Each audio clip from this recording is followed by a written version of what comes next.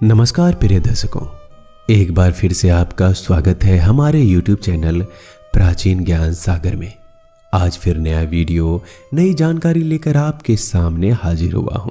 आज की जो कहानी है, आज का जो हमारा प्रसंग है, एक तिलोर पक्षी का है और लावा पक्षी का है। प्रिय दर्शकों, इस कहानी को पूरा सुनिएगा। ये कहानी बड़ी ज्ञानवर्धक है, बड़ी मोटिवेशनल है। इस कहानी में आप जानेंगे कि आप अपनी पुत्रियों को कैसे संस्कार दें। प्रिय दर्शकों, यह कहानी बड़ी पावन पवित्र है और इस वीडियो को पूरा जरूर देखिएगा, जिससे आपको संपूर्ण जानकारी हासिल हो सके। इस कहानी को सुनने के बाद आप ये जानेंगे कि बेटी का विवाह होने के बाद उसको किस तरीके से रहना चाहिए। जब तक पीहर में रहती है तो प्रिय दर्शकों अपने पिता के साए में रहती है और अपने पिता के साए में रहने पर बेटी कुछ भी कर सकती है।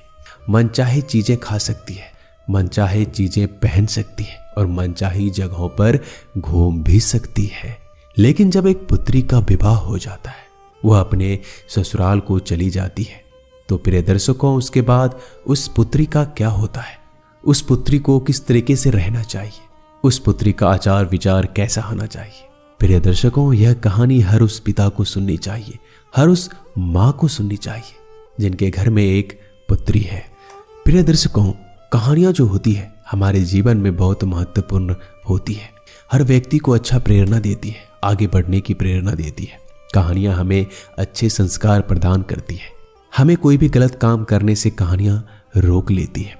यदि कोई मनुष्य कहानी की बातों पर अमल करता है तो प्रिय दर्शकों वो उसके जीवन में कभी भी ऐसा कार्य नहीं करेगा जिसके कारण खुद को दुख पहुंचे या फिर उसके माता पिता का सर शर्म से झुक जाए। ऐसा कोई भी काम इंसान नहीं कर सकता, क्योंकि कहानियों में ऐसी प्रेरणादायक बातें होती है, ऐसी मोटिवेशनल स्टोरी होती है जो हमें कोई नहीं बताता। यहाँ तक कि हमारे माता पिता भी हमको नहीं बता पाते हैं, हमारे गुरुजन भी हमको ये बातें नहीं बताते, जो बातें हमको कहानियों से मिलती है। प्रिय दर्शकों, कई लोग कहानियों को मनगढ़ंत मानते हैं, लेकिन प्रिय दर्शकों कहानियां मनगढ़ंत नहीं होती है। कहानियां प्राचीन काल की होती है, प्राचीन समय से चली आ रही होती है। प्राचीन काल में कुछ घटित बातें होती है। आज की कहानी शुरू करने से पहले लाइक करें और अच्छे कमेंट करें, क्योंकि हमें आपके कमेंट का इंतजार रहता है। और जो लोग हमसे अभी तक नहीं जुड़े हैं वो जल्दी से चैनल को सब्सक्राइब कर लें और बेल आइकन को दबा दें, क्योंकि जैसे ही हम ज्ञानवर्धक कहानी इस चैनल पर लाएंगे वो आपको सबसे पहले मिलेगी और आप उसका फायदा उसी समय से उठाना शुरू कर देंगे। तो चलिए शुरू करते हैं आज की प्यारी सी कहानी, प्यारा सा वीडियो। प्रिय दर्शकों, एक जंगल में एक तिलोर पक्षी का जोड़ा रहता था और तिलोर पक्षी को एक ही पुत्री थी। वह अपने पुत्री को अच्छे संस्कार देती। उसी के साथ एक लवा पक्षी का जोड़ा भी रहता था। लवा पक्षी को भी एक पुत्री हो जाती है, लेकिन लवा पक्षी अपनी पुत्री को कोई संस्कार नहीं देती है। जब भी लवा पक्षी अपनी पुत्री से बात करती तो गाली गलौज से बात करती। कभी भी अपनी पुत्री को प्रेम की भाषा नहीं सिखाती, प्यार से बोलना नहीं सिखाती। उधर तिलोर पक्षी अपनी पुत्री को अच्छे संस्कार देती, अच्छी बातें सुनाती, अच्छी कहानियां सुनाती, ताकि उनके पुत्री को अच्छे संस्कार मिले, वह अपने ससुराल में जाने के बाद अपने माता पिता का नाम रोशन कर सके। इस तरीके से कुछ दिनों बाद दोनों पुत्रियां बड़ी हो जाती हैं, यहाँ तक कि शादी के लायक हो जाती है। प्रिय दर्शकों, अब तिलोर पक्षी भी अपने पुत्री की शादी के लिए अच्छे रिश्ता ढूंढती है और प्रिय दर्शकों ईश्वर की कृपा से तिलोर पक्षी को एक अच्छा रिश्ता मिल जाता है। तो तिलोर पक्षी बड़ी धूमधाम से अपनी पुत्री की शादी करता है और अपने घर से विदा कर देता है। तब वह तिलोर पक्षी अपनी पुत्री को हर छोटी बातें समझाता है जो एक माता पिता को अपने पुत्री को समझाना चाहिए। तिलोर पक्षी अपनी पुत्री से कहती है कि पुत्री, मेरी ये बात गौर से सुनो। पिता के घर से पुत्री की हमेशा डोली जाती है और पति के घर से पत्नी की अर्थी जाती है। इस बात का विशेष ध्यान रखना। और कहती है कि पुत्री, कभी भी अपने पति के सामने मत बोलना, हमेशा अपनी सास और ससुर के चरण स्पर्श करके अपने दिन की शुरुआत करना। यदि कभी भी किसी वक्त तुम दोनों पति पत्नी में छोटे मोटे झगड़े हो जाते हैं तो उन झगड़ों को हमेशा अपने सीने में दफन रखना, कभी भी किसी अन्य व्यक्ति को मत बताना। तुम दोनों पति पत्नी के बीच में तीसरा कोई भी व्यक्ति नहीं आना चाहिए। तुम दोनों का जो भी झगड़ा है उनको तुम दोनों को ही शांत करना होगा। तुम्हारे बीच में तीसरा कोई भी नहीं आना चाहिए।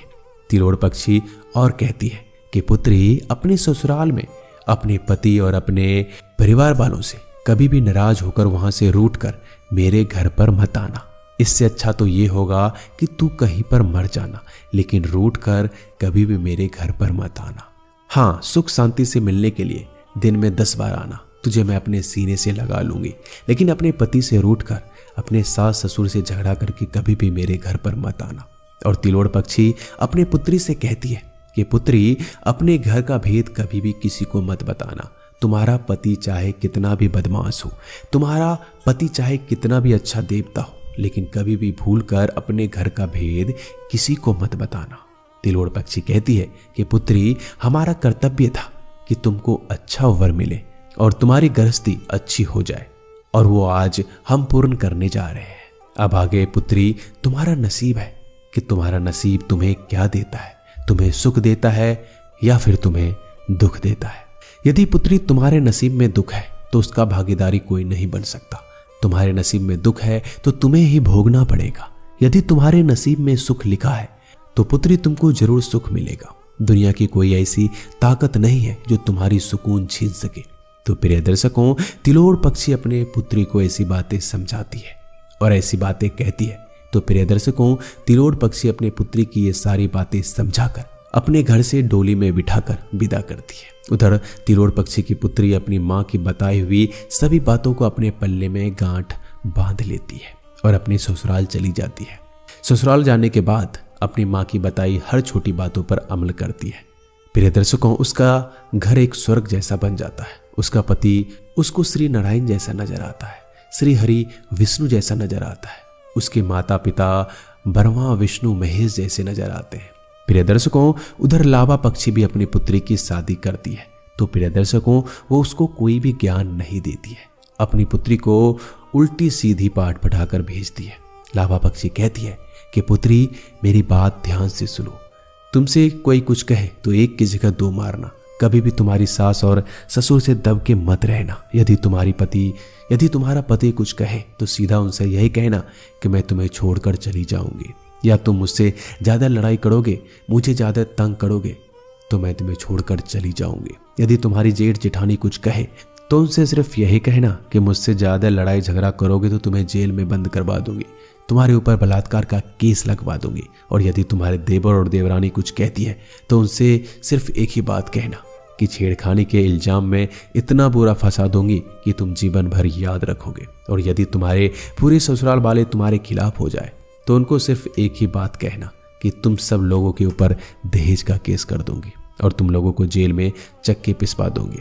तो प्रिय दर्शकों, लावा पक्षी भी अपने पुत्री को ये उल्टा सीधा ज्ञान देकर विदा करती है।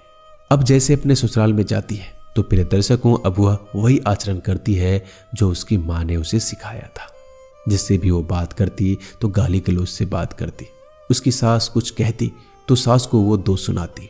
यदि ससुर कुछ कहता तो ससुर को भी ऐसी धमकियां देती कि वो एक कोने में सुकर कर बैठ जाता। यदि उसका पति भी उससे कुछ कहता तो सिर्फ एक ही बात कहती, मुझे ज्यादा परेशान मत करो अन्यथा जेल की हवा खिला दूंगी। यदि उसके जेठ जेठानी कुछ कहते तो उनसे भी वो यही कहती कि मुझसे पंगा मत लेना, वरना बलात्कार के केस में फंसा दूंगी। यदि उनके पूरे ससुराल वाले लावा पक्षी की पुत्री से कुछ कहता तो प्रिय दर्शकों, वो सभी से एक ही बात कहती कि मुझसे पंगा लिया तो दहेज का केस कर दूंगी, तुमको जीवन भर जेल में चक्के पिसवा दूंगी। इस तरह से लावा पक्षी की पुत्री अपने ससुराल वालों को परेशान कर देती है, अपने पति को परेशान कर देती है और अपने ससुर को भी परेशान कर देती है। अब धीरे धीरे उसका घर एक नर्क जैसा बन जाता है। उस घर में रहने वाला कोई भी सुखी नहीं था, हर व्यक्ति दुखी था। उस घर के सदस्य हमेशा यही दुआ करते थे कि ये डायन किसी भी तरीके से मर जाए या फिर ये डायन किसी भी तरीके से यहाँ से निकल जाए तो हमारा जीवन सुख शांति से व्यतीत होगा। हमारे घर में ये डायन कहाँ से आ गया? यदि ये चुड़ैल हमारे घर में नहीं आती तो हमारा जीवन बर्बाद नहीं होता।